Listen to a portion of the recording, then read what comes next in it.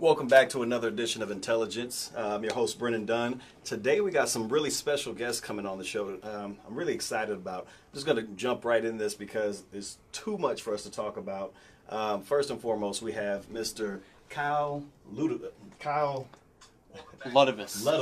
You know what? We practiced this earlier and I still got it wrong. Kyle Ludovice. He's a third-year law student over at South Texas College of Law. Also a libertarian and conservative, which we will talk about and have you guys discuss in just a moment. We've got our main man, Dr. Rod Singleton, over here. How are you, Rod? I'm doing well, man. Good. Criminal defense attorney to the stars, Damon Parrish. I'm here. And tech savant, Charles Sherrod Jr. And last but not least, we have, Daniel Krause. Correct? That's right. All right, so I got one right. 1 out of 2 ain't bad. So Daniel is also a libertarian conservative. And guys, we're going to talk about that in just a second. I want to do the rundown of what we're going to be discussing today. We're going to be talking about the NFL issues as it relates to the national anthem and grievances that have been filed, what it means to be black in America and how that interplays with crime in America, police accountability. We're also going to be talking about immigration here in America and what issues arise on both parties, and the dangers of white 911 calls. So that should be really exciting for us. So before we get started, so everybody knows exactly what you, Kyle, and what you, Daniel, stand for in terms of political views, go ahead and give us a spiel on what that means. I'll go ahead and take the first bite at this. So libertarianism is... I feel like a lot more people are libertarians than they realize. Yeah. The general idea is that we are socially liberal and we are economically conservative. The idea is to get government out of our lives as much as possible and let people live as free of a life as they possibly can. Because, when we talk about everything from, taxes to your everyday interaction with government, whether it be police, or it's the post office and the absolute madhouse that could possibly be, or any other interaction that you could possibly think of from the municipal level to all the way up to everything in Washington, D.C., it almost seems like government permeates every aspect of our life. And the goal of libertarianism and classical liberalism is to bring that back down to what our founders originally wanted the state to be. And the original purpose of the state is to protect freedom and allow people to pursue their ideas and dreams in the most efficient way that they can.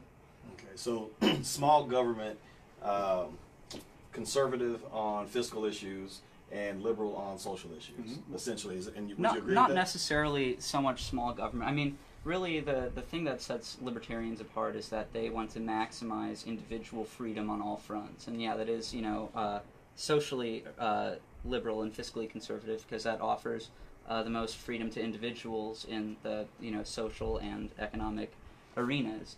I think that that's pretty much Kyle pretty much nailed it on the head. But it's not necessarily about state government versus federal government or anything like that. As long as the individual is protected, that's what seems most important. So before we get into our first topic, I want to ask you this, because you say that a lot more people are probably more libertarian at heart. How does libertarianism play juxtaposed with conservatism? Well, like I said, they do intersect in economic issues. They both encourage fiscal responsibility, and they don't like government spending. They think taxation is wrong. Libertarians, more at a moral level, they repeat like moral arguments against taxation more than conservatives, I would say. But that's the crossover point for conservatives and libertarians, definitely. Not so much on social issues. How do the two coexist then? Because you've kind of hitched your wagon to the conservative party in terms of what you guys do. So when it comes to the social issues, do you not see yourselves kind of butting heads? I think that the GOP, it's known as your stereotypical white guy. I mean, that's what the GOP has been known for a very long time. But the younger Republicans are becoming more socially liberal. They're looking at things like weed, or maybe even prostitution, or the issue regarding police brutality.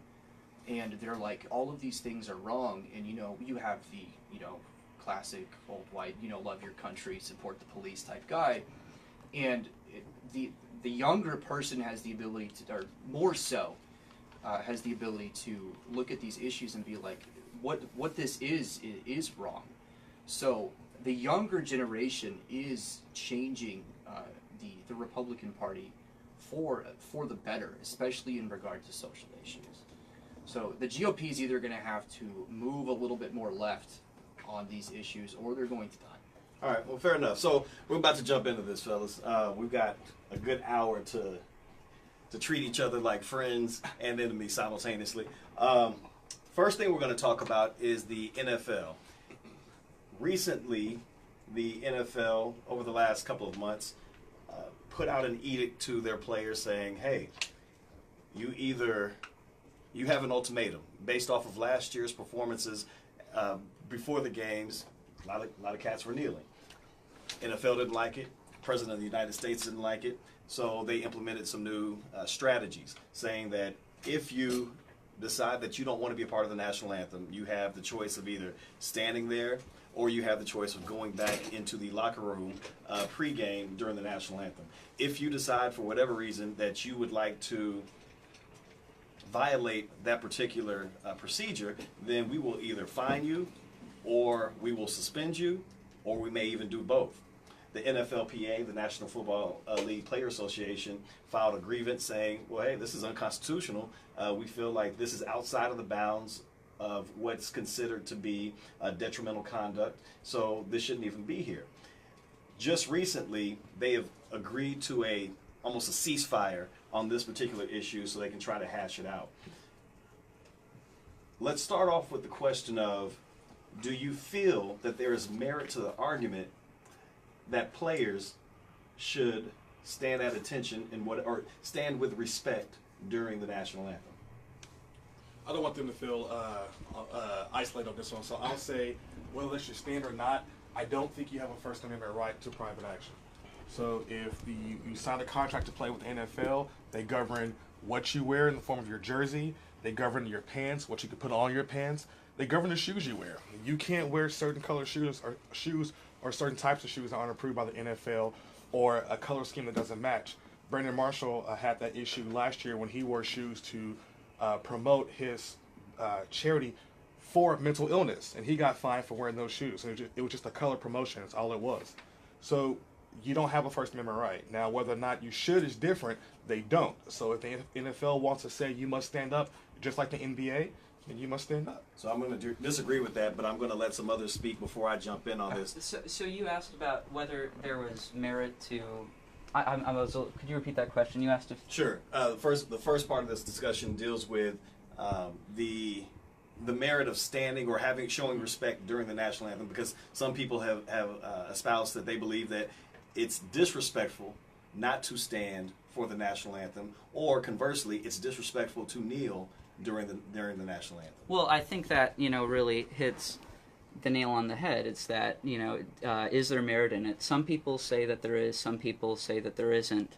But if the NFL is a business, and really if it's putting on a performance for viewers to watch, and the athletes are performers, then you would expect that if they are getting pushback because of what performers are doing, they would want to alter what their performers are allowed to do in order to make their viewership happy. And you talk about the standstill, if there's a lot of pushback from a change they make like that, like fining teams for when their players kneel during the national anthem. If there is public pushback, then you probably will see stalemates and you will see them back down. But the underlying principle is that the market will always reflect what society wants. So my problem with that statement that you said, that if with a business there is pushback by the patronage, then the business should alter what they're doing for the sake of the patrons, is that in this particular instance, and in some other instances, if something is wrong, socially wrong, or what society would deem to be socially wrong, I don't think that just because a business has patronage, we should infringe upon the rights of others in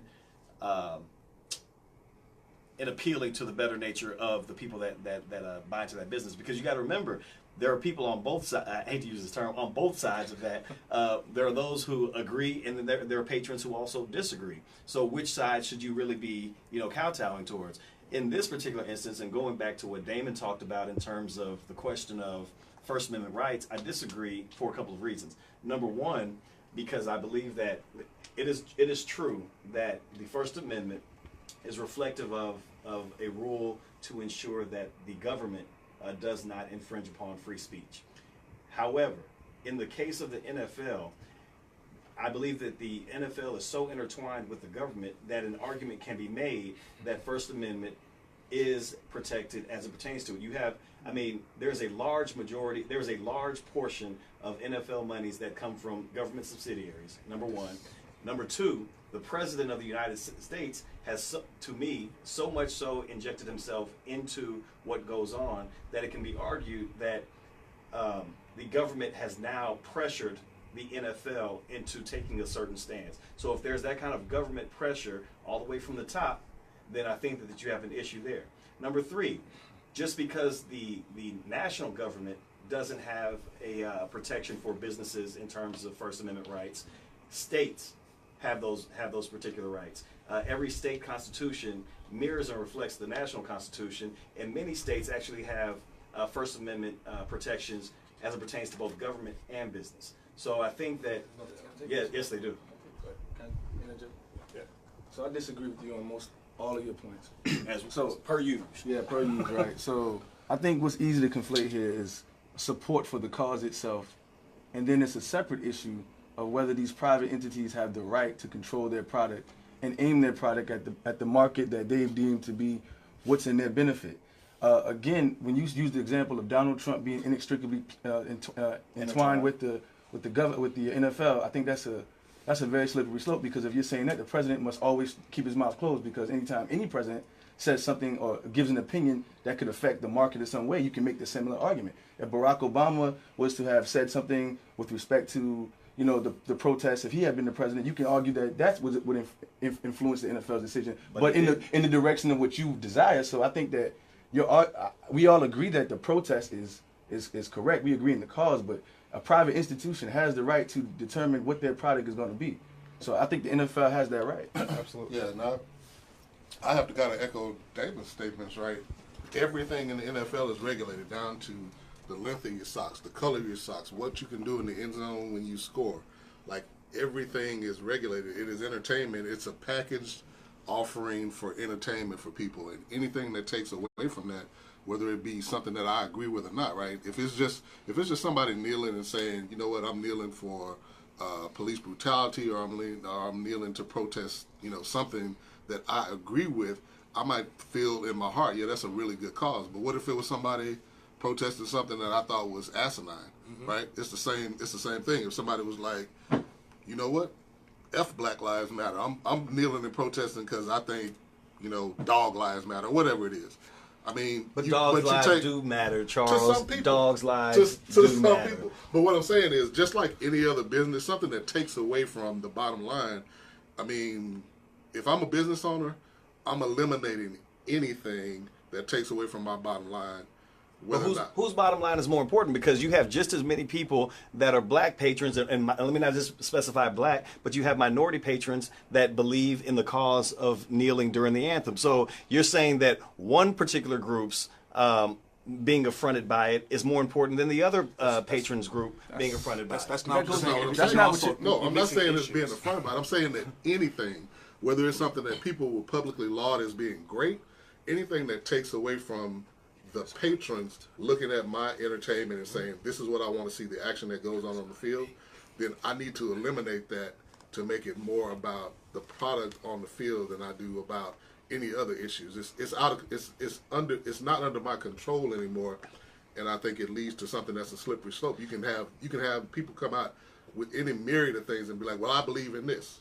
I believe we should be able to marry 5 women at a time. I'm gonna protest that. I mean, I don't see anything wrong with loving who you love. But hold on, they can flip to something that you don't support. They can believe in Holocaust not being real. And so they can come out with that, and they can have that situation, which we all agree is stupid and asinine. You know, NFL is not a platform for First Amendment speech. It's a platform to play games. It's a product. It's not a First Amendment platform. So, Kyle, I want to ask you this question. What, in your opinion, is the issue with kneeling during the national anthem, or do you see it to be an issue? I think there's really an issue of PR, and you have a conundrum of people that do think that it's a worthwhile cause, but you also have people that don't think it's a worthwhile cause. And I think the NFL, in the NFL's best interest, will ultimately always be their pocketbook. Because if the NFL's pocketbook goes away, they don't have a product anymore at all. So if you don't play to the money, then ultimately your product will fail. But do you see a problem with kneeling just on its face? I personally do not see an issue with kneeling, but I do. I see where others might find it offensive, or somehow. Explain, because we have somebody who just commented. Kevin Farmer said, "What about the armed forces paying of the NFL for patriotic stances?" So explain, if you can, and I don't know if you want to, since you say that's not your particular stance. Explain to us what that other side is. Well, I think what Kevin is referring to here is the idea that the NFL has received money from the United States military for a variety of their patriotic showings throughout a lot of the games, whether it's the jet flyovers or it's the giant flag on the field. There's a variety of different ways that the military has given the NFL money specifically for this purpose. Now, I don't think that's a good use of government dollars. Of course not. Of course not. Well, it's government advertising. I don't know why the government needs to advertise for anything. Damon, you look perplexed by that. I think it was probably a business move by the NFL to be like, oh, hey, we support the military. But at the end of the day, I think it was ultimately the military, getting, the good press from the NFL, with the NFL believing in so-called patriotism via the military. But I don't think that's a worthwhile use of taxpayers' dollars. Damon, you look perplexed. What's up? Yeah, so I agree with some of what you said. The tail end of it, I disagree with. The military always advertises because they need recruitment. Mm-hmm. And they always recruit. Is it in you? Army of one, be all you can be, catchphrases we know all of our life. They recruit. So this is part of their recruitment effort. Also, every brand, be it government or private, wants to look good. And it wants to be and appear successful. Patriotism is great. I mean, a country, you need patriots in a country. Too much patriotism is a bad thing. Too little patriotism is a bad thing. So for the military's goal is to get as much patriotism as possible. They are fighting against those who want to take it away from them. And so to have the number one sports venue every Thursday, Saturday, Sunday, and Monday spend 5 minutes promoting America, especially during a war. So during the time where we're in war, whether you want to call it a war or not, justifiable or not, in a war, I can't say it's not money well spent. Well, we don't have to spend our money on bombs and airplanes.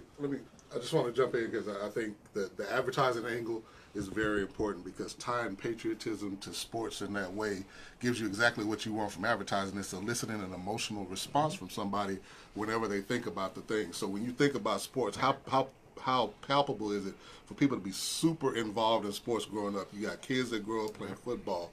They want to be in the NFL. If I can't be in the NFL, what's another team that I could join, that I could be a part of, that wears a uniform, that fights, that is aggressive, that is like all of those things embody the same ideals that the military would like you to believe when you become a part of those. So linking those things is important for them. All right, so let's amp this up to the next topic. We're going to get more and more involved per topic. So the next one I want to talk about, and you guys actually requested this be part of the discussion today, is immigration in America. We obviously are in a contentious time right now with immigration in terms of how we treat immigrants, who we boot out, who we let in, and the process by which immigration is realized. Currently, the president was just vindicated by the Supreme Court in as much as the Supreme Court said, hey, if he wants to ban these particular Muslim countries, we're going to allow him. The lower federal court said, Well, we think that this is outside of the bounds of the power of the president, one, and that the basis for which he gave those he administered those bans had racist overtones to them, or discriminatory overtones to them. The Supreme Court said, hey, as commander-in-chief, he's allowed to do what he wants to for the sake of the protection of the country. Justice Sotomayor and Justice Ginsburg gave this scathing dissent saying, look, if it talks like a duck, quacks like a duck, walks like a duck, it is racism and it is discrimination. When the president made certain comments before putting out that edict, they were discriminatory in nature, and his actions were predicated on those discriminatory thoughts. Are we at a point right now where the government is doing the right thing in how they are proceeding with immigration? That's a I know. I just laid it down thick with all kind of potholes and devil's traps for you.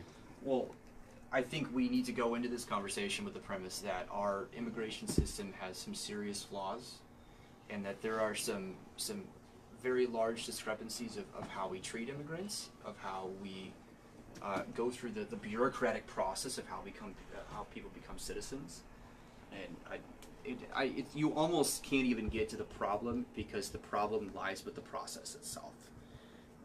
And so, for example, I think if the idea of immigration is you want to bring people in that will contribute to your economy and contribute to your country. If we wanted to go to Germany and we wanted to get the best brain surgeon in the world and fast track him through our system, we should be able to do that. We need to have incentives and a more streamlined immigration process to be like, okay, well, what are your qualifications? What will you bring to our country? What will make our country greater if we let you in? But the president has said the people that are coming in are rapists, murderers, and for lack of a better term, scoundrels coming in and he made it a carte blanche statement, which to me is not demonstrative of the people that are actually coming in in droves to America. So this issue highlights one of my issues with libertarianism, because I know a lot about libertarianism. I actually was thinking of supporting Ron Paul in 2012. But one of the things about libertarianism that I find problematic is that it doesn't seem to hold up in the political arena with the real-time pressure. For instance, your stance on immigration from from your website, your platform itself says that immigrants should be welcome to the country as long as they're peaceful.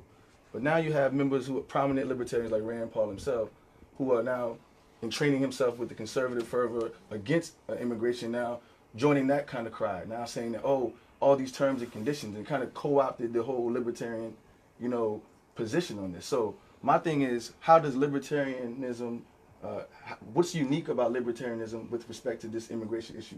Well, the unique thing about libertarianism is that under the libertarian umbrella, you can get so many divergent viewpoints, and I think there's a libertarian argument to be made in support of and sort of against immigration. As it says on the Libertarian Party's platform on their website, they believe in that in the free movement of people, that it shouldn't be restricted. And I think that at a base level, like the political theory, I think that's true. I do think, though, that there are some who are concerned that, like, what it entails when immigrants come. Like, if you look at a time like the 1840s in California during the gold rush, people were coming from all over the world for the opportunity to get gold. And the United States, especially a territory like California at the time, didn't have anything in the way of a welfare state. And so I think that there's a concern now among people where if you're paying into a system and the state is not just a state that guarantees equality of opportunity, or gives you like what are called negative rights, like stops people from aggressing against Right. you. If it's not just that, if it's for a welfare state that people are paying into, they worry that those coming to receive the benefits won't be paying out, and it seems unfair to those people. And most libertarians don't think that there should be a very big welfare state, but you could kind of see the libertarian argument that, well, if we're paying into it, shouldn't it be equal? Like, should we dish out more for other people who aren't putting into the system? Man, so you hit on a lot of issues there. You jumped into welfare, which is a whole nother issue. Well, but because if you have a system that uses taxation and then provides government services, people are paying in, and you can call it a welfare state, and that's to varying degrees. Any type of government services, could be considered part of a welfare state. We're gonna touch back on that welfare portion in a little bit, but damn it, I know you have something to say, and I'm gonna piggyback. Yeah. So to answer your question about immigration, I think the problem with immigration, as viewed upon, is not those tier 1 people. So right now in this country, if you are considered a celebrity or some sort of like a brain surgeon, heart surgeon, no matter where you can come to this country no problem. They have visas for you that says, hey, we recognize you as the best. You come here right now. You don't have to be rich. I know a guy who was in Mexico. He was an expert boot maker. He just made really good boots. And obviously, like, that's great for the South, but he's not saving anybody's lives. With his immigration attorney, came to the country with that top tier visa. I think it's like an H1 or maybe it's an A1. I'm not for sure. The problem lies not with the absolute best, but with the everyday man. When the everyday man from another country that has no criminal issue just wants to come and work. And there's no problem with that. And that's where you see a backlog. And I think that's where, when you try to have a system predicated on abilities of being the best without inclusion of the everyday man, you lose. This country needs more everyday men. We can't consist solely of brain surgeons and that kind of stuff. We need regular people. That's my first one. And to my second one, you mentioned the welfare state. There is more ways to contribute to a state and economy and a government than paying taxes. When you work and you help generate profits, you contribute to it. I think the idea that you have to pay taxes to get from the government, I understand that. And if you do nothing, then you should probably get nothing. But if you contribute in some way, if you're out working the fields that nobody wants to work, if you're doing the job nobody wants to do, and you contribute to the economy, you should be able to get something from the government if need be. So it's interesting because Kevin Plowden actually kind of speaks to a little bit, touches on a little bit of what you spoke to. He says, why should the goal of immigration be to bring in people who will immediately contribute to society and the economy? What about bringing in people from poverty-stricken and war-torn countries who are looking for safety and or better opportunities, which would in essence be those everyday people that you were referring to? Daniel, you made this point about bringing in top-tiered people. Let's be real honest about this situation, though. We are excluding people that we feel visually aren't comfortable with. When you talk about European immigrants coming into this country, we don't see the rush to stop them. We don't see the rush to halt their visas. We don't see the question of do they have anchor babies coming into our country? Because they do. They do the same things that these Hispanics do from Mexico and from other Latin American countries, but they aren't given the same vitriolic response as the European immigrants are given. When you talk about visas, you're talking about a matter of months sometimes for some of these European immigrants versus a matter of decades for some of these Hispanic individuals. And you can't tell me, when you juxtapose yourself with the Conservative Party and say that, hey, we are more liberal on social issues. This is one of those social issues that I think that you can't argue and say that you are for a more liberal point of view for social interest when you espouse this particular type of condoning of children not being given a legal right to counsel. When you espouse separation of children from their parents in these particular, for lack of a better term, concentration camps. When you espouse the belief that immigrants, by virtue of where they came from, are less than the others who come from more countries that look like the majority of Americans. Okay, well, I think that that may have been less true at the time when Europeans were the predominant immigrant class. I think there was a lot of pushback during that time, especially against Irish communities in New York City. But yeah, I think that, I mean, and to be fair, like, I didn't say I condone that. I talked about the competing, competing ways that it could be seen as libertarian. Okay. And so, I don't think that it's good to discriminate against people on the basis of their skin color. I don't think that that's overtly been the case with any of the recent immigration laws.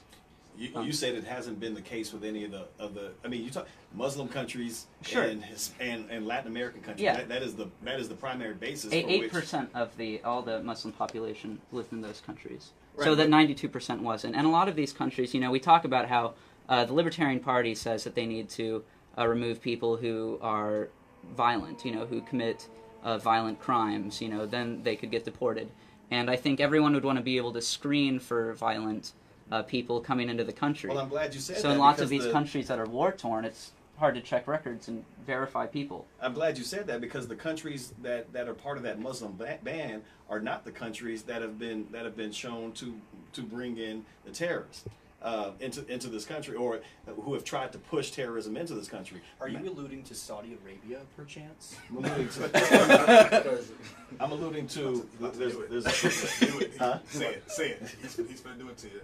no. He's talking about Saudi Arabia. No, I'm talking about the multiple countries that are part of that. Well, no, it's also convenient that we've been a so-called ally of the Saudis for many years, and that I'm sure has to do with their vast amounts of oil that are underneath their sands.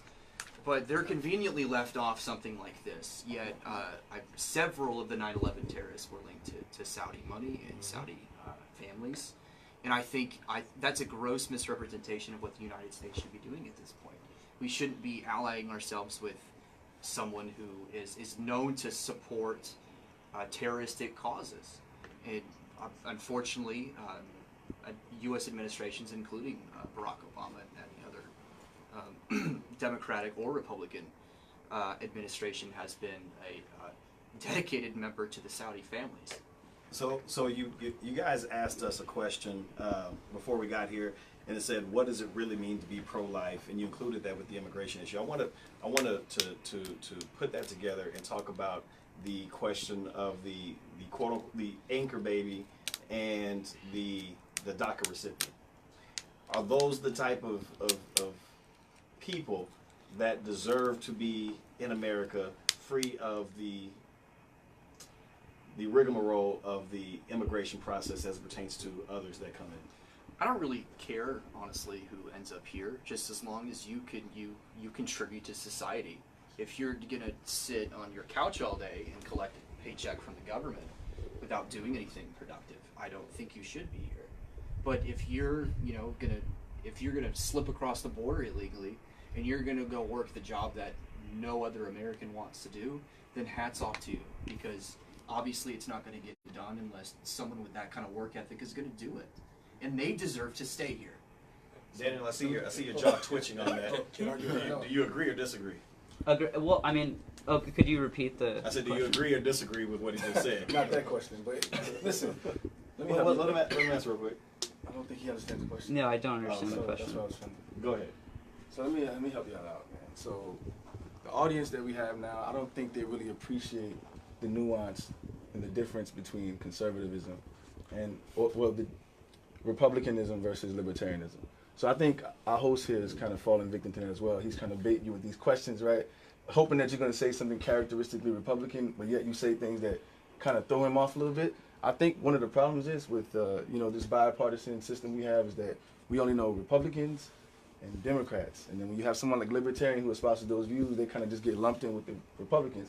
I think it would be of a good service if you guys kind of delineate what makes you guys so different from run-of-the-mill Republicans. So a chart that's often used is a diamond chart, and you have the liberals on the left, conservatives on the right, authoritarians on top, libertarians at bottom. And to me that chart makes a lot of sense, because you talk about socially liberal, fiscally conservative. It sounds like they're taken from each party and kind of molding something together. But the philosophy is very consistent, and that's what initially drew me to libertarianism. I was drawn to the moral argument and the consistency of it. I saw with so many debates of Republican versus Democrat, it just seemed like they were arguing from opinion or to like a matter of degree on a bunch of issues. And I thought that libertarianism with the non-aggression principle and the idea that you maximize freedom on every front and always look to problems that we face for searching for the solution that maximizes freedom for individuals, I thought that was a really refreshing thing, and it seemed consistent, and I thought the non-aggression principle is basically the golden rule, and I think that's a good way to live your life, and that's what drew me to it. And I don't see that type of consistency or that type of something where you immediately know how you should feel about a certain issue that you find with libertarianism. So the president has a new Supreme Court nominee that's getting ready to go through the process. I think Brett Kavanaugh. He is, for all intents and purposes, a staunch Republican.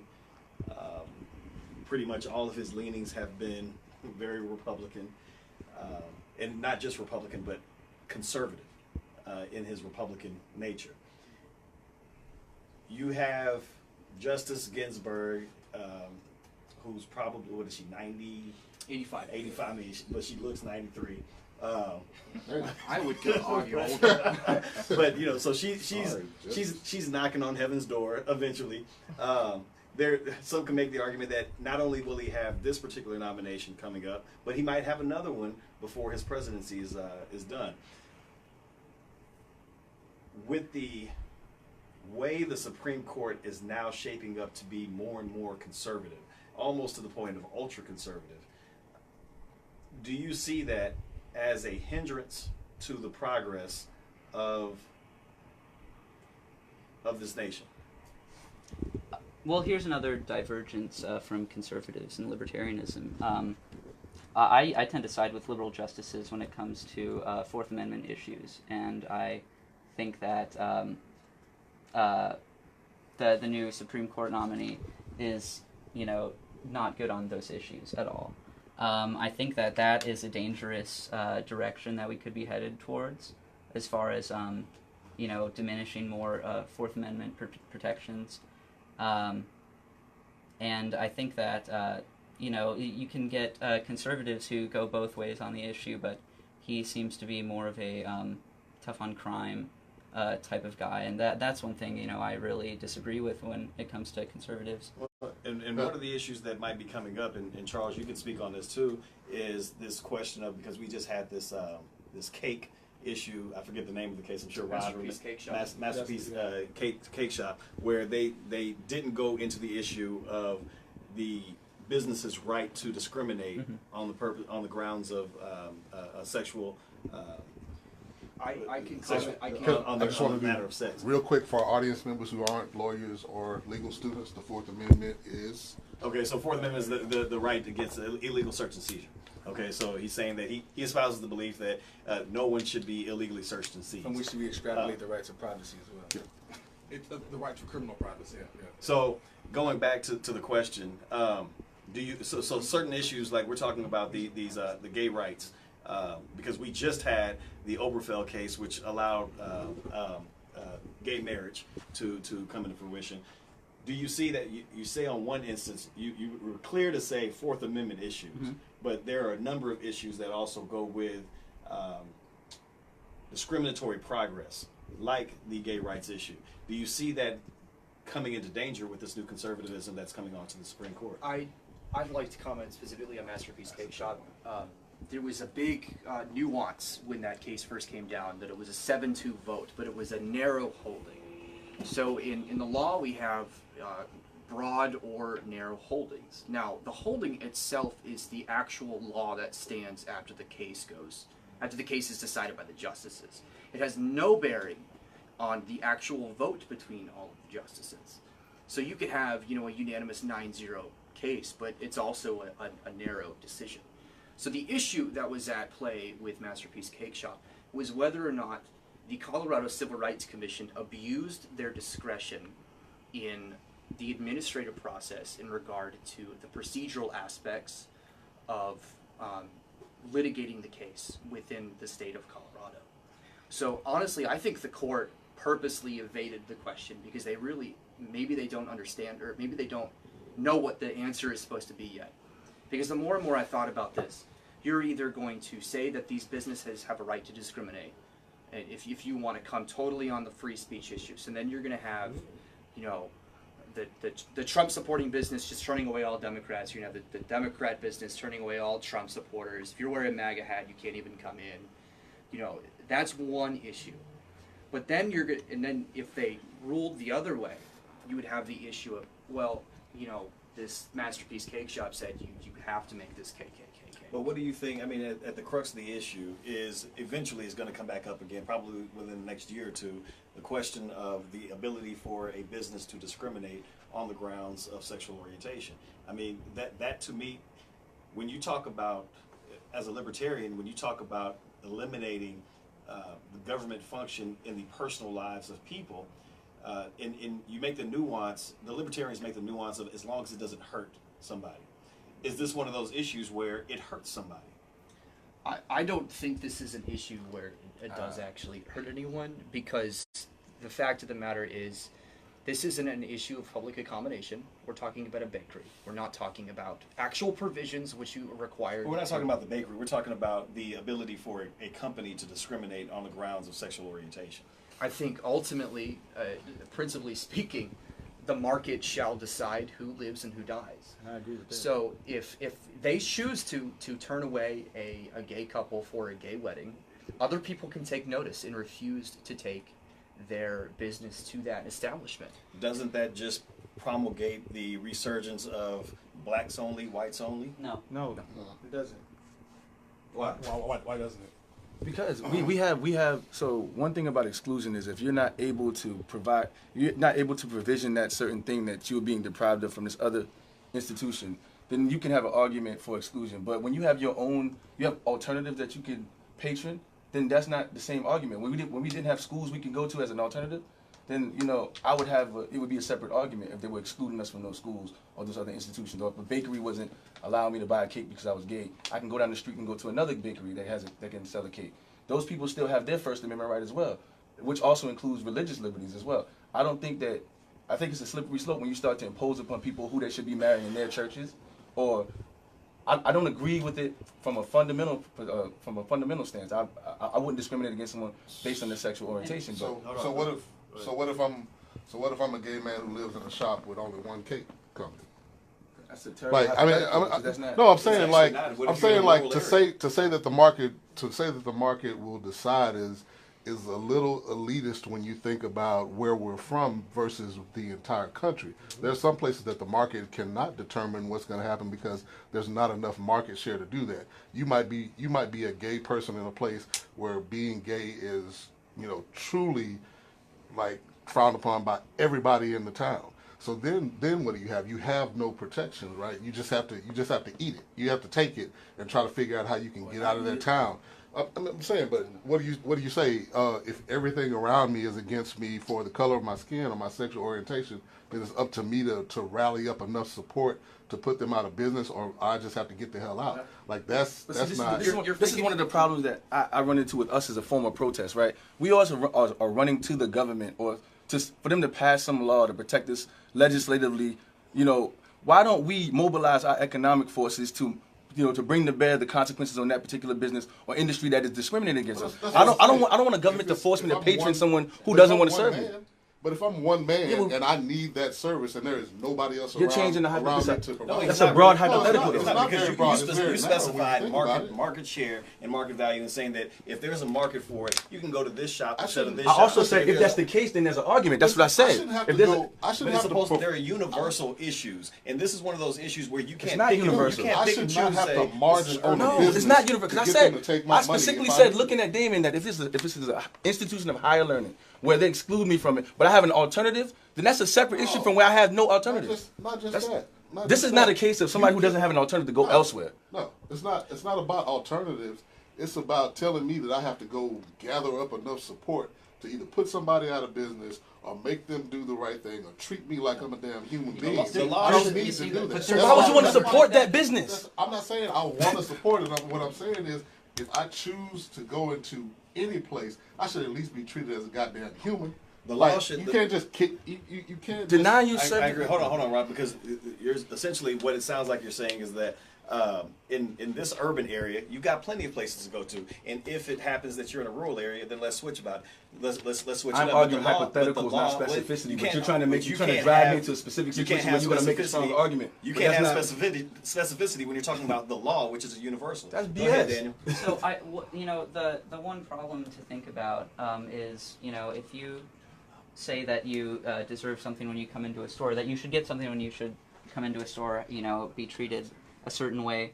That's saying that you have a higher claim to what the person is selling than they have, and that's a problem. If you have goods and services that you are willing to sell to people or perform to people, and someone can, through the force of law, force you to do that when you don't want to, it's the government saying that that person has a higher claim to your good or services than you do, even though it's yours, until you sell it. You said it so delicately that it almost got past me as something sweet. Now, I think that when you talk about superiority in purchasing power, this is not an issue of purchasing power, because No. what the problem with your statement, from my point of view, is that you're talking about a commodity from a business who has been given the right to perform business for its citizens, not for a specific type of citizen.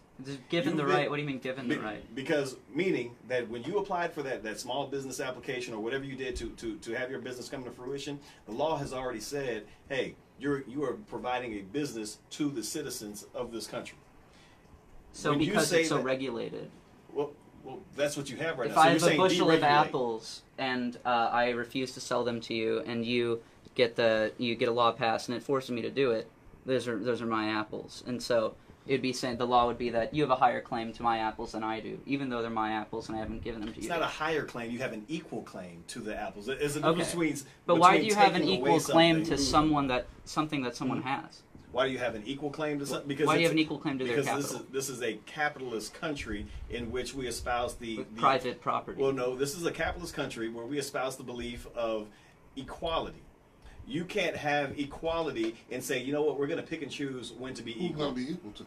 You sitting in a room full of people that for a very long time had people tell us, no, you can't shop here. You can't sit here. You can't eat here. And it doesn't matter what you do. It doesn't matter if you're a doctor, if you're a lawyer, if you're the best of the best. You're a nigger, and you don't get to sit here. And that is not something that should be right in this country where we're supposed to be free. We're supposed to be founded on all these principles.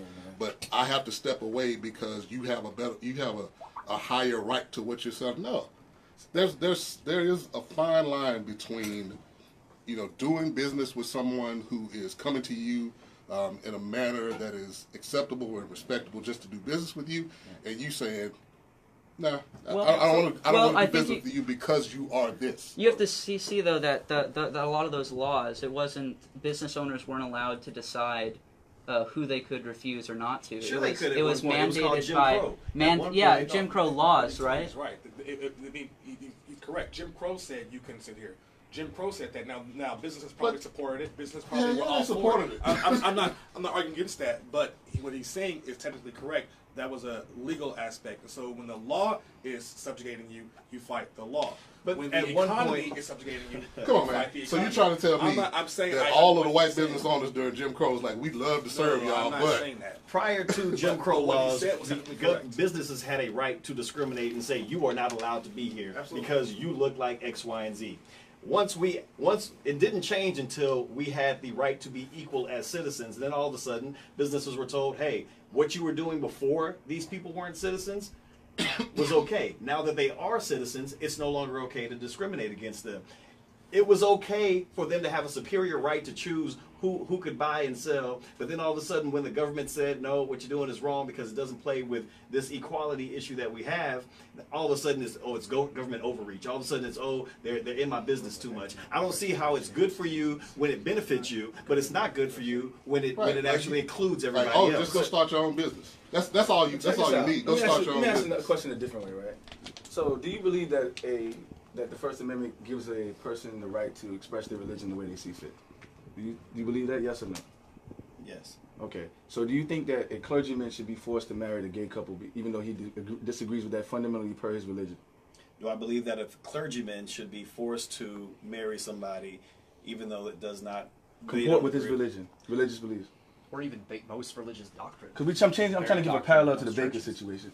It's not a parallel. It's a near parallel. It's not. Just humor me then. Answer the question. But it's not a parallel. Humor me then. Answer the question as I stated it. Because you don't walk into a church and answer the question. ask somebody for a service that you're paying. Sure for. you do. It's not a business. How do you've been married before, right? Yeah. You had to ask someone to govern your wedding, right? Yeah. I didn't pay them. Listen, that's besides Do you know how the many point. ministers Listen. are paid to do weddings? Exactly. So listen to my point, Chuck. Forget that. I Answer my understand question. Do you think a clergyman who has a belief that states that he's morally opposed to gay marriage, he should be compelled by the government to marry those two people? The difference is the Answer the question, I'm trying to. Calm down, black man. The answer is there's a separation of church and state. In the premise of corporations and businesses having to go along with the edicts of equality as it pertains to all citizens, that is separate than a church being able to comport what it deals in its religious beliefs and views. So on one side, you have patrons, as he talked about, giving commercial money for the trade and selling of goods versus a religious separation that says you are allowed to do whatever belief that you have. That's irrelevant. It's not irrelevant. The separation of church and state has Nothing to do with that. discrimination based on religious doctrine. You That's should know all better, about lawyer. First Amendment. It's the right for a religious doctrine to discriminate is based purely on First Amendment, owing nothing to its separation from church and state. Those doctrines are completely different and separate. I agree with Rod in that his analogy is parallel. I agree that, and you didn't answer the question. I still agree with that also. I just said I do think that there is a difference. I said why I think there's a difference. Because in one instance, we're talking about religion versus commercial commodities. The question is, do you think he should be forced to do it or not? And the answer is no, because they deal with different types of issues. One is a commercial commodity, one is religious. So the answer is no. So if you are then relying upon your religion as justification for something that's antithetical to your religion, then with Rod, you should be able to No, because they are so inexplicably intertwined that when you put yourself as a religious base into commercial, this isn't a church you're going to buy and sell cupcakes or whatever you're getting. This is a business. That's a terrible. It's not. You just don't like the answer. On the facts. Just because you don't like it doesn't mean it's wrong. You know how many people have been right, but they were told they were wrong because they didn't like it. You know what? Segregation should have been right. Listen, but this is why libertarianism, in theory, basically solves this problem. Government should be out of the business of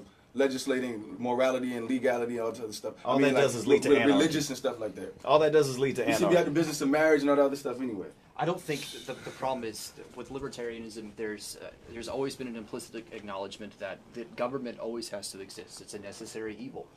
I just started reading a book about the Constitutional Convention. The likes of George Washington and George Mason and James Madison all said that the Articles of Confederation were an utter and complete failure at the time of our founding.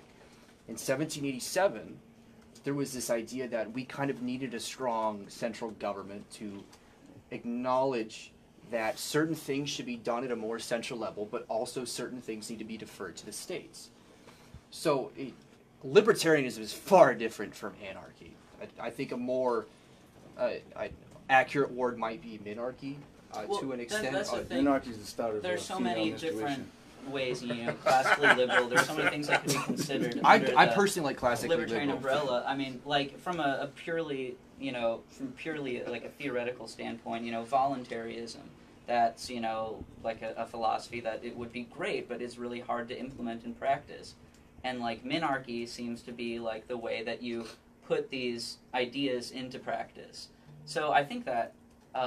Libertarianism is great in the sense, even if people don't think that it can work in every case or in every sector, having the idea or remembering that, that it's important not to aggress against people and that to remember these like moral rules that underlie the libertarianism, it will steer people in the right direction. They'll be conscientious. They'll think of others, and think of how the ramifications of certain policies and how they affect others. And I think that, everyone can benefit by, becoming well-versed in libertarianism, or being exposed to it. Real quick, because I'm not well-versed on Libertarianism, I don't know a lot about it as much as you guys do, but I've been living in this country a long time, and all I know is when you walk into a business, you don't have to look like me, but you should respect me enough to do business, because I've been living in this country long enough to know if you didn't have the government or somebody there saying, do business with these people and treat them with a modicum of respect, a lot of people in this country will get their heads rolled over. That's all I gotta say on that. So you know, the president recently said something to the effect of, let's take a look at this affirmative action issue. You got UT, premier school, you know, in Texas, that University of Texas, that has had the white enrollment go down as a result of affirmative action. There are other schools that said, hey, diversity is not necessarily helping our bottom line. When you talk about businesses and the role of government and people being able to choose what they wanted to do as individual participants, as American citizens, does this not directly affect affirmative action and the benefits that affirmative action affords minorities? Let's not all speak at once, fellas. No, I'm sorry. Do Trump's saying. comments affect affirmative? No.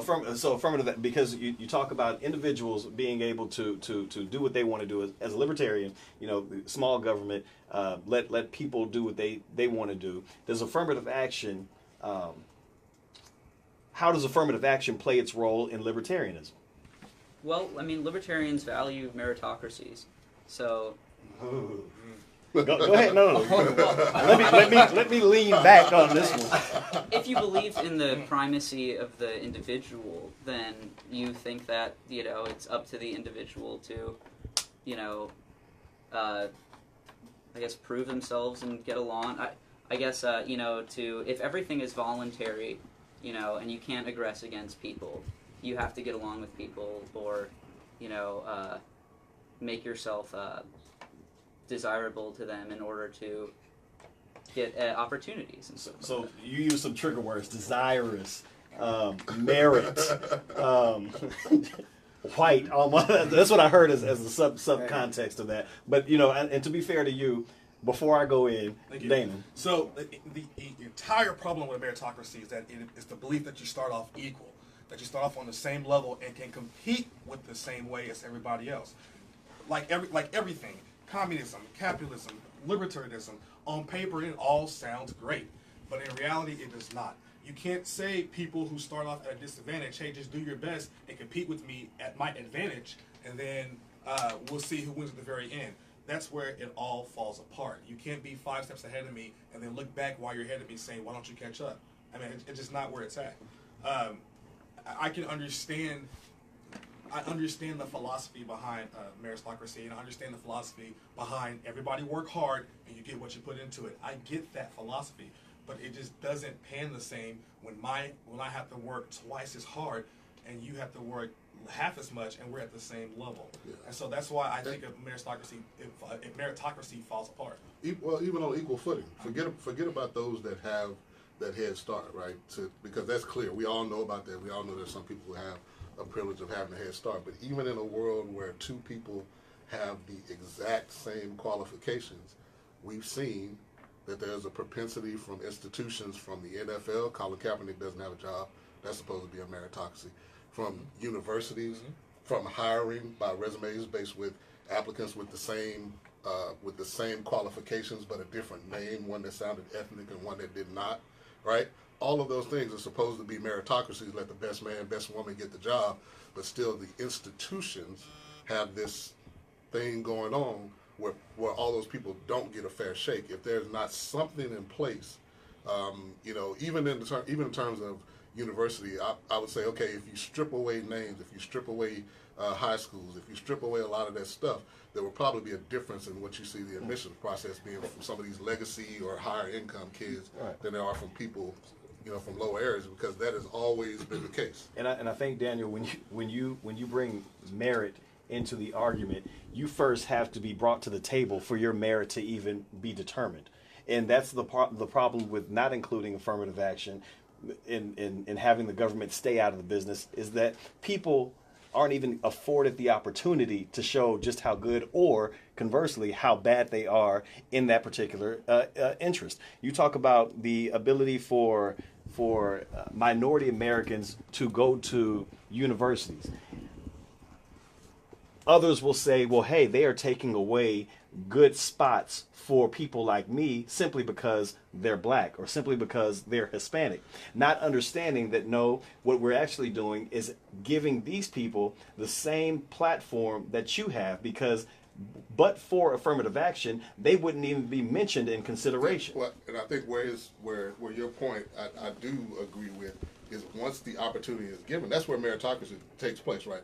When you get into After the fact. yeah, when you get into But affirmative action is if you can't hack it- pre-merit. Right, if you can't hack it, you're out. Absolutely. If you get into a place, if you get into a job, if you're given the opportunity, and we've seen when given the opportunities, people rise or fall based on their own merit. So I think that's exactly where it should be. But the step before that of getting the opportunity, there still needs to be some tweaking done there. Kind of like what Crystal Washington says, meritocracy ignores unconscious bias. And I think she's spot on with that. You know, you got to get there first before you can even talk about the merit of something.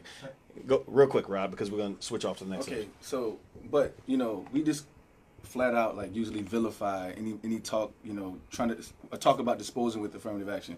But as the article we read before we came in about UT and the case that's probably about to come up to the Supreme Court soon, like, they've shown that there's been more diversification in Texas with the top 7% automatic admission to public schools than with the affirmative action alone. So there are some elements of meritocracy that would work to further diversify. Yeah. So it's not, affirmative action is not the only answer. No, You know, and I don't it's- think anybody No one's said saying it that. is. No. But I think we have to be cognizant of those facts and say, let's make sure that opportunities are given and figure out a way to do it. It doesn't have to be affirmative action. It can be, like I said, if you took an application and stripped everything from it except for the merit, and then said, okay, figure out who's going to be in. Maybe that's the way to do it. But there's plenty of ways, but it has to be, opportunity needs to be given across the board for people to try. We're in agreement. So fellas, Daniel, Kyle, Yeah, I'm in agreement. we've come to the point where we're going to talk about black versus white, crime in America, the white tears of 911 calls.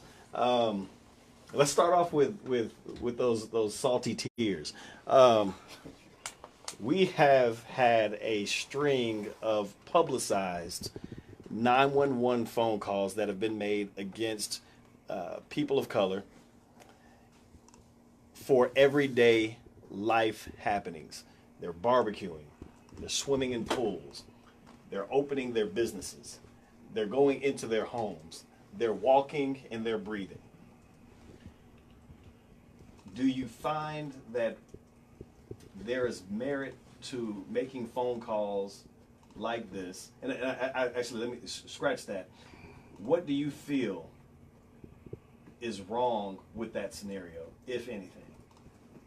Well, I mean, libertarians don't think the government should be the answer to every problem, so why would you call the government every time? I like it. Okay. So you have, so that brings up a actually really good point, because they just had a guy who was shot, a black man who was shot because he came outside. His wife was arguing with a white guy. This is down in Florida. Wife was arguing with a white guy over a handicap spot. Apparently the handicap, it was kind of vague as to if this was a handicap spot or not. Black guy walks outside, sees this guy yelling at his wife face to face. He shoves the guy to the ground. The video shows him backing away from the man. Man pulls out his gun, shoots him in the chest, and the guy dies.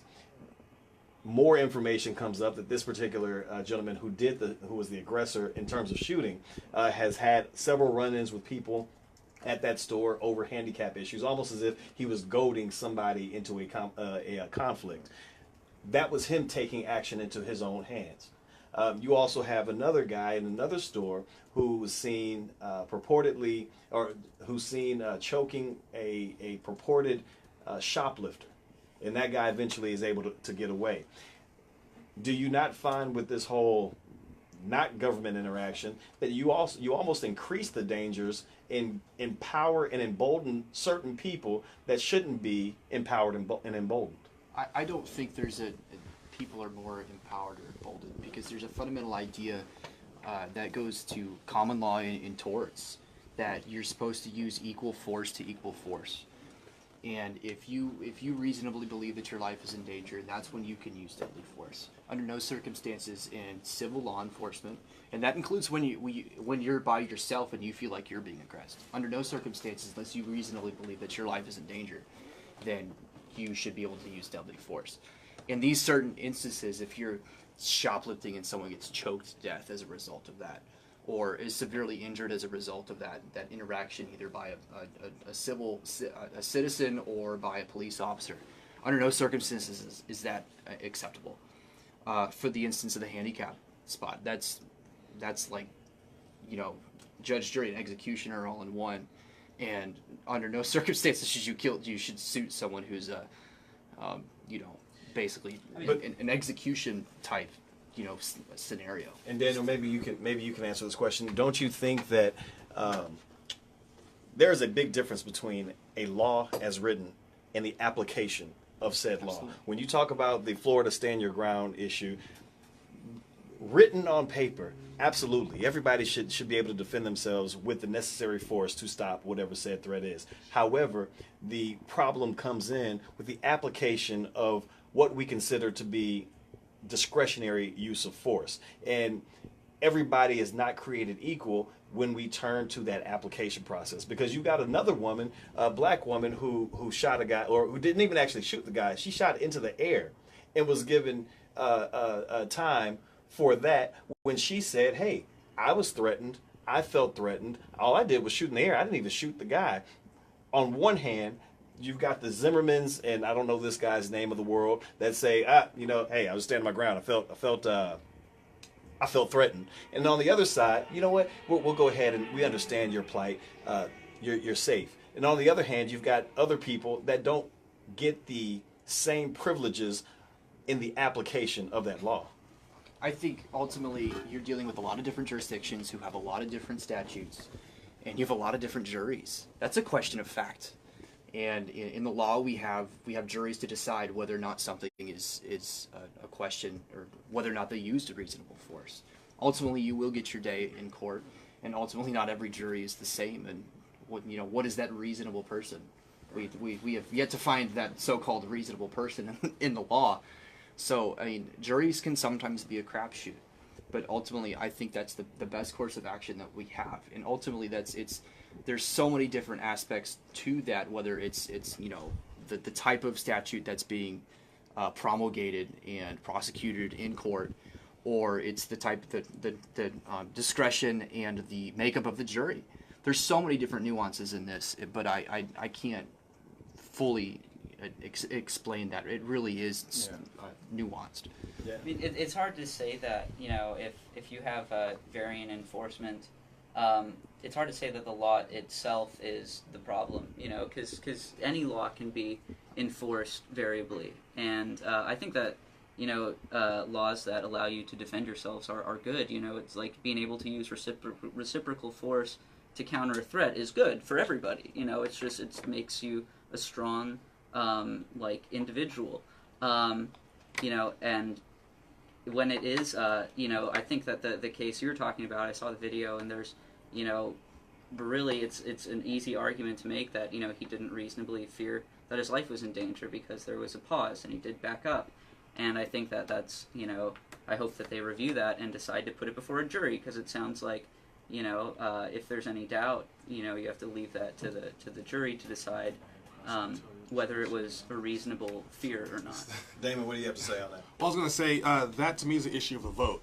The DA in that county, jurisdiction, parish, wherever it is, should have brought that to their form of a grand jury that we have in Texas, or just arrest it, investigate it. Should have done more. That's why you have to vote. I mean, you got to vote for people that are going to enforce the laws and enforce them fairly, and enforce them with common sense across the board.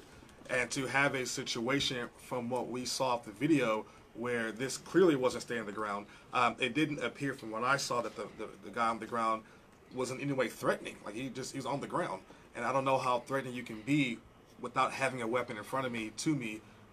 But that particular prosecutor, the head DA in that county, should have done more than say we're not going to prosecute because it looks like stand your ground. That's an issue that should have been brought before the people. So the people need to vote and vote this person out. So is that your answer? Because Kevin Plowden says all juries are different and different jurisdictions have different statutes, but we always seem to come out on the losing end no matter the jury or jurisdiction. That's a problem that needs to be addressed. So unequivocally is the answer then simply vote? There's no unequivocal, but you have a nuanced problem. It's a multifaceted solution. The first one is vote. You have to put people in office that will respect all people and not just their particular constituent and not just those who don't look like you. So you need to have people in power who will enforce the law. You have to, first thing is vote. You have to vote. All right, you can't complain of a governmental agency that requires a vote for not being responsive to your community if your community isn't out there politicking and voting. And even if you lose, even if you vote for the other person, if enough people come out and vote against me, that will let me know I'm not as strong as I think I am. So I have to at least in some way candor or pander to this particular base. You have to vote. So that is I'm advocating that one solution. I can't give all of them, but for sure that one. To Kyle's point also is super nuanced, but not just voting, but once somebody is in office, I think the creation of the laws themselves are influenced by outside public interests who gave the most money. Maybe it's the NRA looking at certain laws about whether or not stand your ground is legal. So I think whether a law is written to really be for the good of the people of that jurisdiction is one thing. Then you look at the application of those laws, and justice clearly is not equal in this country, based on your also. I mean, you know, there's so many different areas, because I think even if you take a step back from voting and look at the laws themselves that they're created, there's a bunch of things on the books that you would probably say, how in the hell did that get there? But it's because somebody wanted it there to serve their particular set of interests. I think that, you know, the whole DA coming out and saying, "Oh, this is stand your ground. We're not going to prosecute them." I think that's a gross misrepresentation of how the justice system should work. They should have been done their own research and been bring it to a grand jury. Let the finders of fact decide if there's probable cause to bring charges in this case. I agree. I firmly believe that our legal system can in fact do that, and it does it fairly well. Now, granted, there are always nuances and exceptions to that. However, to go out in public and at the initial stage of something like this happening is, I think, unethical and disingenuous to being a public servant. Well, to bring something to your attention, I think the jurors' argument you made is almost similar to the buyer's argument in capitalism. And so if cases are brought to juries and juries hold one way, that's not correct. It's almost the same thing as saying, well, the market spoke, and so the market is saying that it should be this way. I think I don't want to rely solely on jurors because they don't always get it right. So there should be more to it than just that. I mean, you should get it to them, but there should be more to it than just that. So, Kyle, you guys wanted to talk about crime in America and black people as it pertains to said crime. What is it exactly that you wanted to discuss? I want to let you guys drive this particular part of the conversation because we're here as an opening ear to listen. Yeah. Oh, I mean, we were just talking before this, and we were thinking of maybe crossover points where we would agree, and that's why I started talking about the Fourth Amendment and other things like that, and yeah, I mean, we'll could talk about that. Is there a question that you guys have on that? I mean, what particular point that you that you had? I'll put a premise out there, or more of a question for the general audience here. No need to stutter. Hey man, speak freely, man. Do you believe that black people commit more crime? If you believe that, do you think that, or do you think people in general commit crime because they lack a familial and support structure? Do you think that there's a fundamental problem with people who commit crime that have issues with support in their lives? I see where you're going with that one. So it's interesting that you asked that first question of, do you think black people commit more crimes? When you look at the numbers, black people actually don't commit more crimes than white people. Statistically speaking, even on the federal level, the FBI put out their statistics on this, that it's almost double what black people, in terms of the amount of crimes that they commit, white people commit triple that amount. Now, however, when you break down the actual statistics of which particular crimes, admittedly, there are more black people in prison for murder than there are white people. However, on every other major violent crime that's statistically out there, white people double the amount of black people that are out there. Robbery as well. Huh? I got the statistics up. Robbery and murder. Well, robbery. Well, okay, I apologize. Robbery and murder are where black people are above. However, when you talk about major crimes in total, white people by far are more likely to commit those crimes. And interestingly enough, in terms of rape, white people astoundingly. Well, y'all own rape. Yo, white people own rape. Bro. Theft crimes and rape crimes are where white people shine, which is interesting because that is colonialism at its finest. Hey man, listen. Let's be fair though. Like if you adjust it to statistics for per capita, then like some of these statistics aren't that cut and dry. You know, if you do it per the 12.5% of the population, the aggregate amount of crimes per that number versus how much white people commit versus their 40-something%, that is a total different picture that you get from that. So I think the answer to your question is, what crime are you talking about? If you're talking about murder, because that seems to be the most, hot button topic about, when we talk about this issue, then yes, it's incontrovertible. Black people commit more crimes in that particular regard. But where are we going with this? Well, I think your question was about the why of it. It's, why do people resort to committing crimes? And this isn't even a race issue. No, that was literally coming out of my mouth. Before we jump into the whys, I just want to go back to one thing about black people committing more crimes. I think black people are caught committing more crimes because they're more policed than probably anybody else. You're right, because that's the arrest rates for these. Because we're not even talking about conviction rates either. Who gets policed more? Who gets stopped more? You and I might have the same amount of time that we run red lights or have something in our car we shouldn't have, but I guarantee you I'm getting stopped more than you are on a per capita basis. So we can't go too much into the statistics of who gets caught and who doesn't get caught. What are we supposed to use? I bet it's a bunch of damn unsolved murders out there. I know, but even statistically, you have white people overrepresented in certain things. So if you want to use the argument, I get that, but I'm just saying, let's not just say based on statistics, black people do this. Because let's not talk about the drug issue and the rate at which black people are charged and convicted for drug usage versus the Caucasian. That goes to which drugs we tend to use, and as far as the sentencing disparities as well. Not necessarily. If you look at the usage numbers are totally different than the conviction numbers. Right, I agree with you, but I'm saying y'all are trying to oversimplify. Like, this is not that simple. It's like I'm not. I'm just trying to make sure we don't. I'm just trying to make sure we don't get into We're in agreement fundamentally. Like, anecdotally, we know. Like, I know we are targeted as far as policing. And there's a history about how criminality gets reported in this country, and the narrative that's been created since Jim Crow. Because if you looked at how white people described black people before slavery ended, there was no talk about black men being aggressive or criminal or any of those things. Black people were jovial and they were nice and they were happy to be here. As soon as that free labor force ended, we all know about the stories about people being sent to jail to continue that slavery after slavery. That's when all the narrative began about talking about the aggressiveness of the black male and all of those things that have become what we know. Media used to call. I mean, when you talked about the narrative, the media. When you talk about newspapers, used to have headlines: "Giant Negro attacks." They would talk about us in a way, in a shape and form that suggested that we were overly aggressive. That suggested that we were uncontrollable. And that narrative has continued. Just because black people are in prison doesn't mean that black people comprise the majority of prison systems. Yet and still, black people are still considered the ones who are the danger and dredges to society. Things color the last discussion that we had. Those things color what a jury sees when they see a person. It colors what a cop sees. Absolutely. When we wonder about why they're so quick to pull their guns. Those things still color. Those have been passed down. Those things color everybody's mentality when they think about interacting with a certain people. There's a thought process that comes with interacting with black, white, Hispanic, gay, straight.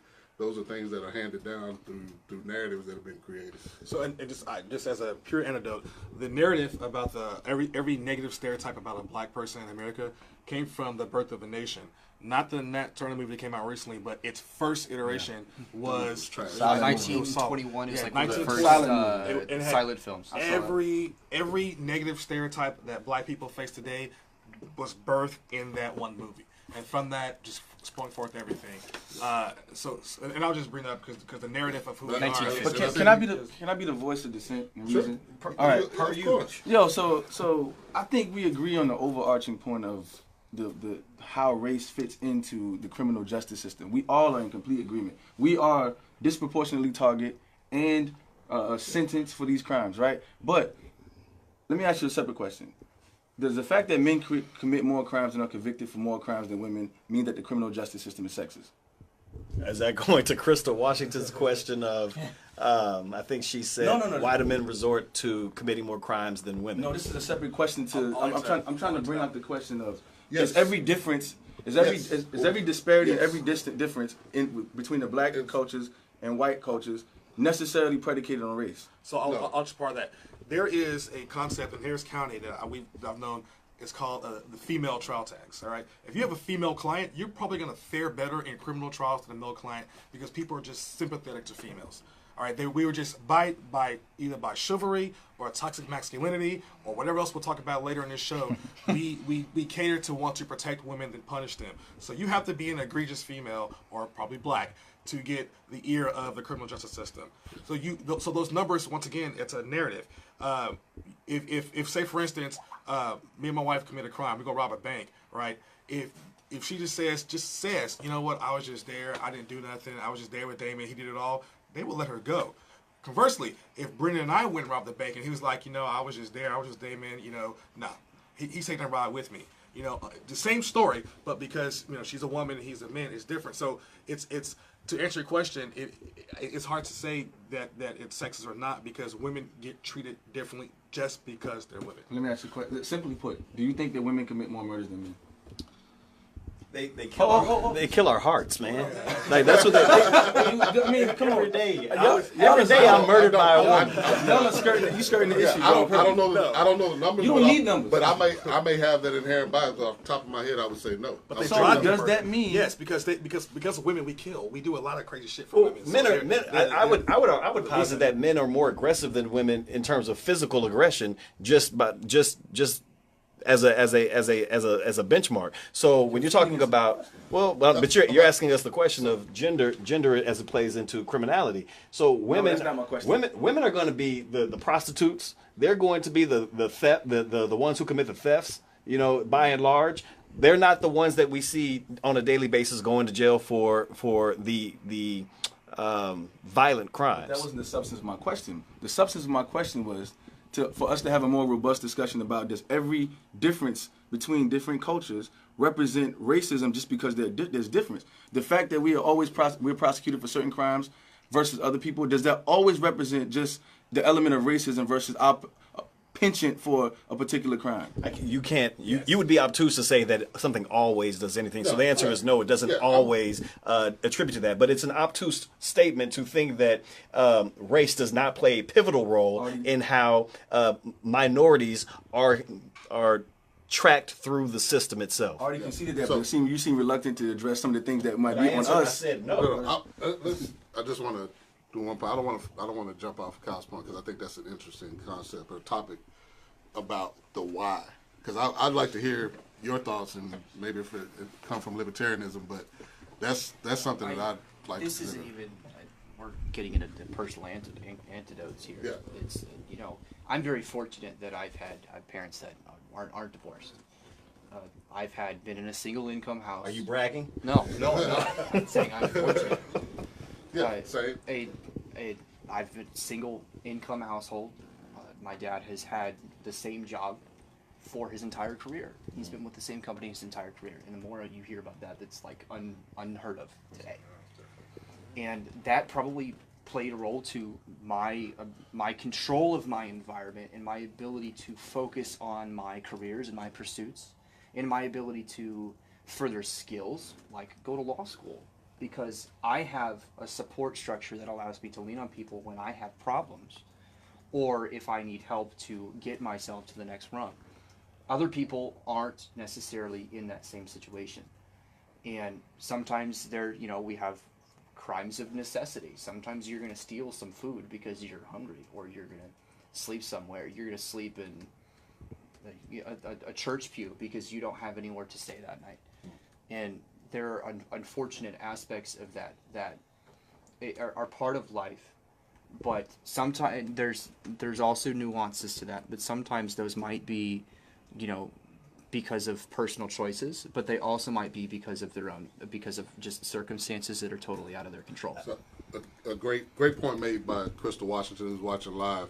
Adjusting for bias, crime is more a function of income than race. Oh, I think yeah, I tend to- Who said that? We both said that when you. Yeah. Well, I mean, that goes to your question of the why that you asked us when you first posited this particular scenario. When you speak of the African American community and the reasons why they might be involved in the criminal justice system, you have to say it's multifactorial. There is no one answer for it. However, there are some key grand issues surrounding that. Number one is the poverty that exists within a large number of African American communities. When you're a product of poverty, you're a product of what you talked about, which is necessity, and that necessity plays out in certain terms of how we, one, view what we need to do, and two, how we execute what we need to do to satisfy whatever need that is. So when you're talking about, I had a client one time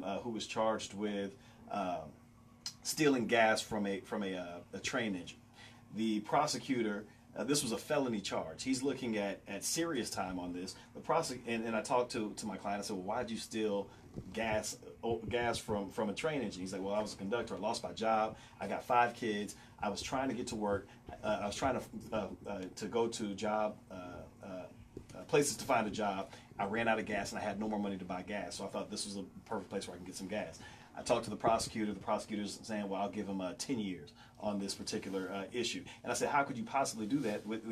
First, he's stealing gas. He's not ruining the world. And this prosecutor said to me, hey, if it was you or I in that position, we would never steal gas like that. And I had to stop him. I said, let me tell you right now, you obviously have never been in a position where you had to struggle for your family. You have never, and you can't tell me what you would or wouldn't do when faced with ultimatums of essentially live or die in that particular instance. And so when you talk about the system does not function with the understanding of the reality of a different paradigm other than the kosher white American. And I see it play itself out every single day in a courtroom. Can I ask if the prosecutor was white?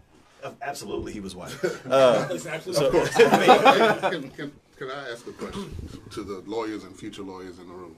Do you guys think that the justice system today in America and how it treats first-time and juvenile offenders also affects that? Because it seems like people who start in the system stay in the system. Like the system is based on punishment and not trying to figure out a way to get people into a better situation once they leave. It's a matter of perpetuity. I've actually heard. One of my classes, we had some juvenile prosecutors. Actually, we had a juvenile prosecutor and a public defender come and talk to us. I think it's a very different outlooks on how the system works. But even the prosecutor was very not reluctant to admit that if you get stuck in the cogs of the machine, it's hard to get out. Well, so part of that is that the Harris County system is in and of itself as a machine. It's all it is. But the only thing I want to add to the criminal part that we've not talked about, and I think this is specific for sure to the black community, is there's a high occurrence of people with mental illnesses. And as a community, we don't properly diagnose, treat, acknowledge, and respect those illnesses of what they do. And I think... Well, y'all don't. I do it every day. Okay, well, thank you, Dr. Rod. But for the rest of us, we never know that shit. And I think that is... I can't speak for any other group but us, but as a black community, I do not think we respect mental illness the way we should. I think we shun it or we ignore it. And there is a lot of people in the criminal justice system that are there in some ways because of their mental illness. And also mental illnesses is treated a lot in this community by calling the police instead of calling health professionals. That's what I'm saying. So we don't. But we you have to. We don't treat it because involuntary commitment laws. That person being put in jail versus. Can I speak to that? Absolutely. That's one of the fundamental problems that libertarians have with the war on drugs. Speak to it. Is you have a substance, you're not hurting anyone, whether it's cocaine, it's meth, it's marijuana. It doesn't matter what the hell it is. if you're high in the back of your house doing whatever the hell you want to do, I don't think it fundamentally matters as long as you don't hurt anyone. Agreed. Yeah. Hoes and drugs should be off limits. Especially oftentimes when you get arrested and the process is the punishment, and then when you do that, you have a criminal record, and that can prevent you from advancing in the world. And it's a real issue, and it keeps people from advancing and See, rising. this is why I'm disappointed with you dudes, man. You guys don't take the carrots, man. Why didn't you guys tell this majority black audience that one of the standard bearers for the libertarian ideal, Ron Paul, was the first public figure to stand out against the war on drugs back in the 80s, even when liberals and other Republicans were staunchly opposed to it. He stated his opposition based on the fact that it was a de facto war against minority people. But no one gives libertarians their due. Well, I just want to put that out. And it probably would have been a better move to do with that. It's kind of the cliche libertarian position, war on drugs against the war on drugs. But I mean, it's so true. I mean, if you look at like marijuana prohibition when it was first passed, and at the time was predominantly used by minority communities, and if you take that entire market and you push it underground, and you make it a criminal enterprise, and then that leads to mass incarceration, which leads to the separation of families. Like, it's a recipe for disaster, and we're feeling the effects.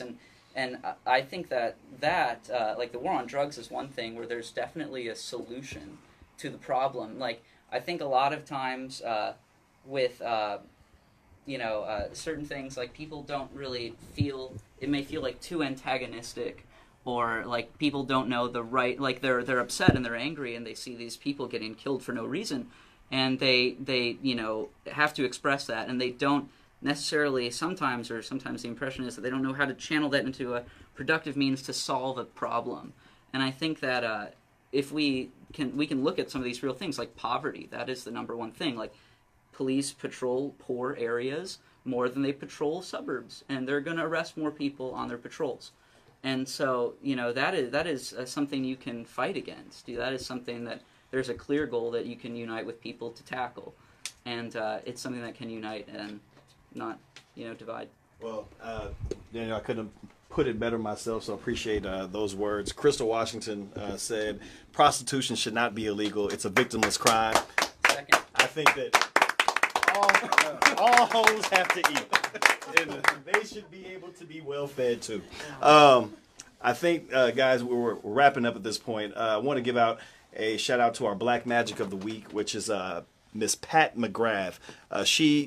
We talked about last week Kylie Jenner being on the cusp of being a billionaire. This black woman has actually reached that particular line with her makeup line. It's Pat McGrath Labs is now valued at $1 billion due to a couple of different investment partnerships. She launched in 2016 and has become a popular staple at Sephora. Their makeup sales have reached top-selling SKU status within 2 years. Her social media presence has more than 30 billion impressions and is known to start new beauty trends.